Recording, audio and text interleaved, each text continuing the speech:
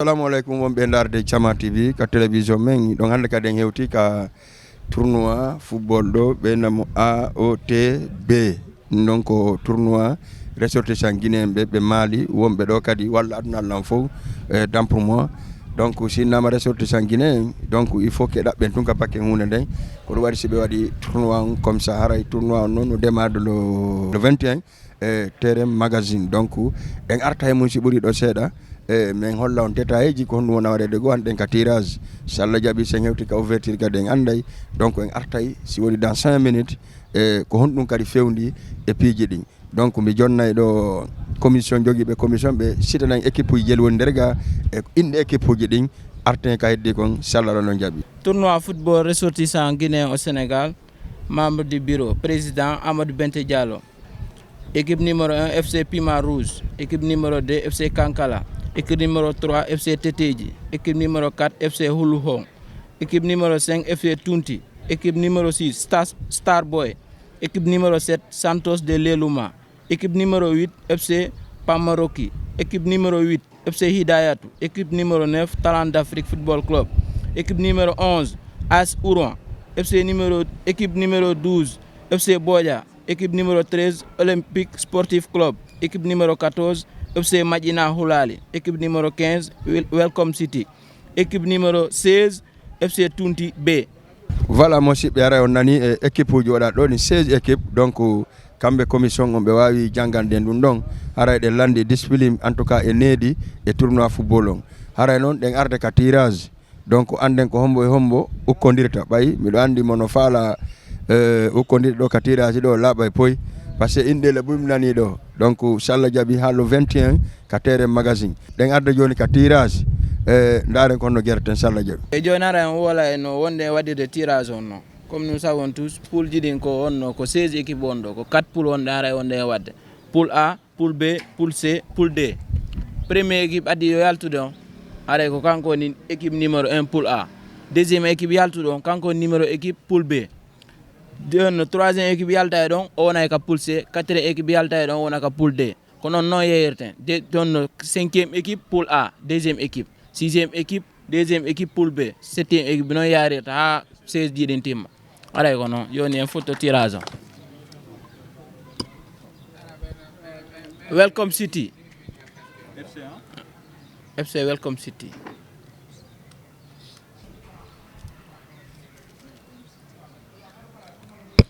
FC Pima poule B, première équipe. FC Pamoroki poule C, première équipe.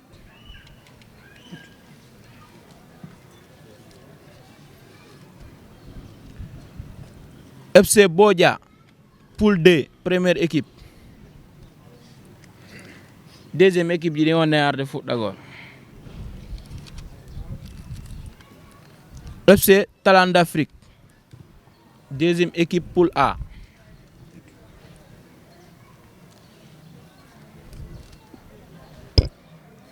FC Hidayatou, deuxième équipe poule B.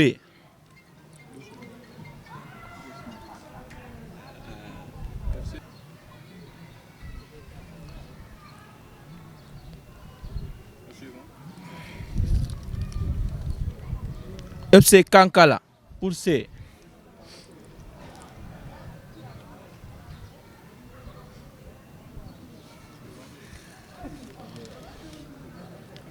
FC Tunti, première AC Tunti.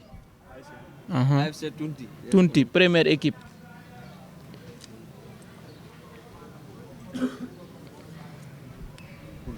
Poule C.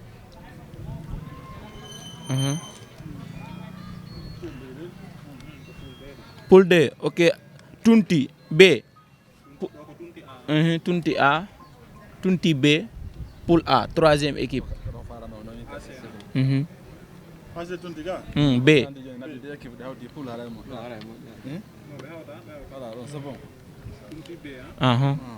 On y va.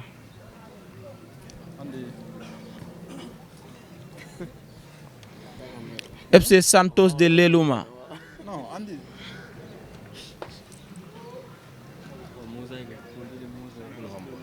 De Lelouma.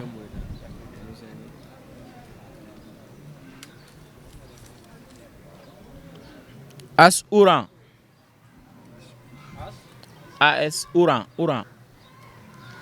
U RAN. FC AS Olympique. Olympique Sportif Club. Sporting Club. SC. Olympique SC. Sporting S. Sporting. Club. Ok, ko 4 team équipe. Ouais, on y va. FC Teteji.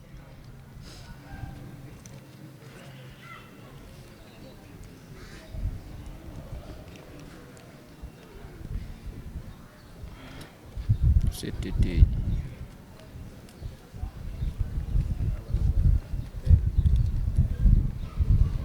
FC Madina Hulali.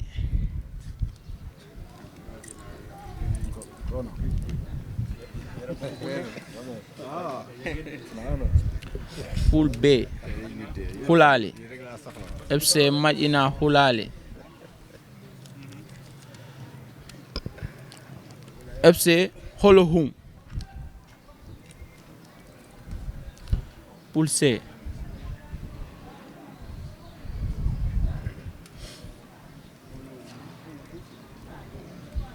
FC Starboy.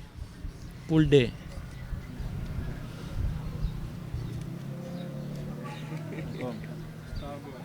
Starboy.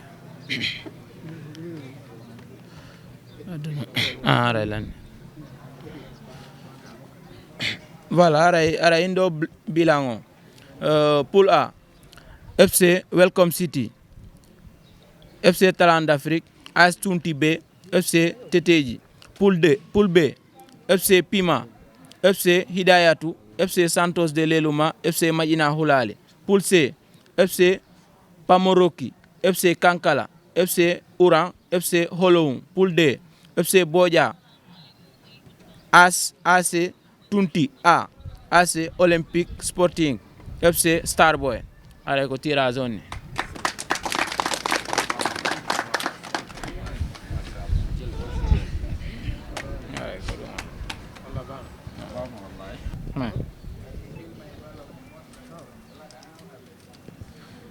Talent d'Afrique Football Club. Première heure. Kambe. Yetu Goku.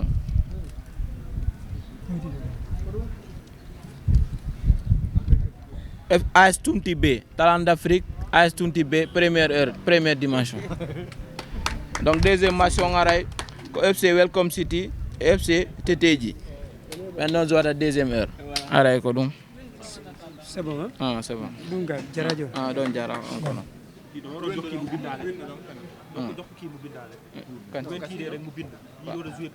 Waaw. Non, c'est venu, il a dit. Hadi. Donc on tira après. Voilà musidɓe on yi tournoi 16 équipes démarrade le 21 inchallah avril ndu lewru men ɗo. Donc mi arta e Mamadou Bente Diallo o wanna en pourquoi organiser au tournoi ɗo. Bente assalamu aleykum. Waleykum salam wa rahmatullah taala wa barakatuh. No marsuɗe. Alhamdulillah, machallah. Ma wiyete Bente organisé au tournoi mo tirage mo waɗi ɗo hannde ɗa wawi men expliquande fi hon ɗum organisé ɗa o tournoi. Bon, mi wawi yiltade ɓawte ko wiɗo noon komi winno taw alhamdulillahi rabbil alamin e banggue horde o suuma e ha o lanna newnana en kadi noddugol jama on ɓe noto Allah hokku en taw baraji suuma en newnana en ko heddi arali kon yo Allah on hokku en tawede duuɓi hewɗi kala ɓe tawaka kadi e taw hara ko yurmaɓe yaafa si ƴettita. Bon mi yilto noon e banggue tournoi o min ko waɗi ha mi essaye organisé ɗum ɗo wona mettu fi hay fus mais l' essentiel mi yiiɗi organisé de fi honno yimɓe ɓen kadi wawalan andude mi wawa andude kadi yimɓe buy ko saabu ɗum wallan organisé de premièrement deuxièmement on jeunesse guinéen on no ɓitti ɓe ala wadde normalement fiji mo ndaru mabɓe no hanniri noon télé ɓayi ka wonnen ɗo on tigui wata wadde wona soirée walla goɗɗum go mais ala maman ono me woni yiri ɗo ni mbeɗa wawi wadde wona tournoi foot tawa mawɓe ɓen même ɓen e wawa ɓen futude toon yimɓe hedditiɓe fayɓe ɓen e sukaɓe ɓen e rewɓe ɓen fof wawa yaade ɓe weltano en fijiden e maɓɓe jalliden e maɓɓe hara kono chaque dimanche ni ɗon hara ɗen andi ɗen jogui taji seeɗa bon wawen wadde dialogue quoi haray ko saabu ɗum woni komin organisé o tournoi wona saabu goɗɗum o acca haray saabu initiative go tournoi on ko saabu yo jamma on fottu jamma on anda ko bonte kadi bente parmi mi sikki ɗon ko Mali woni kam oui ko Mali Mali on wiyete Mali Duguntuni préfecture Duguntuni ko ɗo woni kamen secteur amen on ko Tetteji ay haray ko ɗum waɗi so minni onno ministre onno tournoi on AOTB à la départ sa calcule bien ko ɗum woni signification AOTB on ko holum e Tetteji ɗum ɗum andi ko secteur goto donc somi wi Tetteji tun ɓe holum ɓe yeehe hoore mum somi wi kadi holum tun ɓe Tetteji ɓe yeehe hoore mum donc ɗum waɗi somi wi AOTB a faami ko saabu ɗum waɗi a moɗon addira nder toon AOTB tournoi on démarray le 21 oui le 21 inchallah ɗum hawra dimanche 6 prochain inchallah haray comme ɓen mbo de woni premier match ko Talent d'Afrique AFC Tunti B haray la souhaite bon sens à tout le monde haray la souhaite kadi jamma fo ar supporta match ji ɗi haray meɗen landi kadi haray fo e moɗon yo sortisan guinéen o yo wawa yaltude wawa arde supporta match ji ɗi supporta équipe aji ɗi weltano sukaɓe ɓen wallidire weltano ɗen ɓe jokkitenɓe programme ji maɓɓe ɗin pour ɓe wawa mobilisade e nder nde seere men ngo wiyete Sénégal ɗo weltano ɗen kadi yimɓe leydi ɓen Sénégal men ɓe weltanoɓe félicita ɓe e hoore ko ɓe newnani en e waɗu programme ji goɗɗi goo e nder leydi maɓɓe ndin haray ɗe weltori ɓe moƴƴa inchallah e fulɓe Sénégal fulɓe Mauritanie ɓe fof maɓɓe ɓe invita ɓere wonɓe ɗo heeɗade Jama TV kala ka pullo hikkori haray meɗen weltanimo meɗen toranimo duwa meɗen duwanimo haray meɗen domimo duwa e banggue o tournoi ɗo haray kadi wonɗo ɗo o e nder Dakar haray tigui tigui on himo weltana himo invita e terrain magazine Soukar terrain port haray ko ɗum woni démarre maçon mi wawa fottude toon fulɓe ɓen fof no weltana surtout fulɓe wonɓe e nder Sénégal ɗo ɓen haray ɓe weltana moƴƴa bandiraɓe amen ɓen himeɗe weltaniɓe Bouy e babiraɓe amen fulɓe wonɓe ɗo ɓen fof maɓɓe no weltana haray tigui tigui on meɗen e ɓaawo maɓɓe meɗen e dow konngol maɓɓe inchallah hiɓe werni men ka maɓɓe ɗo vraiment hiɗe weltaniɓe e banggueji jokkiri en ɗan ɗin vraiment hiɓe respecte en moƴƴa enen kadi ɗen suwa kay respecte ɓe moƴƴa inchallah. Très bien, merci beaucoup aray Jama TV cœur de l'événement e Salla Diaby men daray peji ɗin fof no waɗi tan noon hara feƴƴa ka télévision men Jama TV merci beaucoup wonɓe darde télévision on e merci et bon sens tournoi on Allah yo fuɗɗo e jang o gasa e jang merci beaucoup.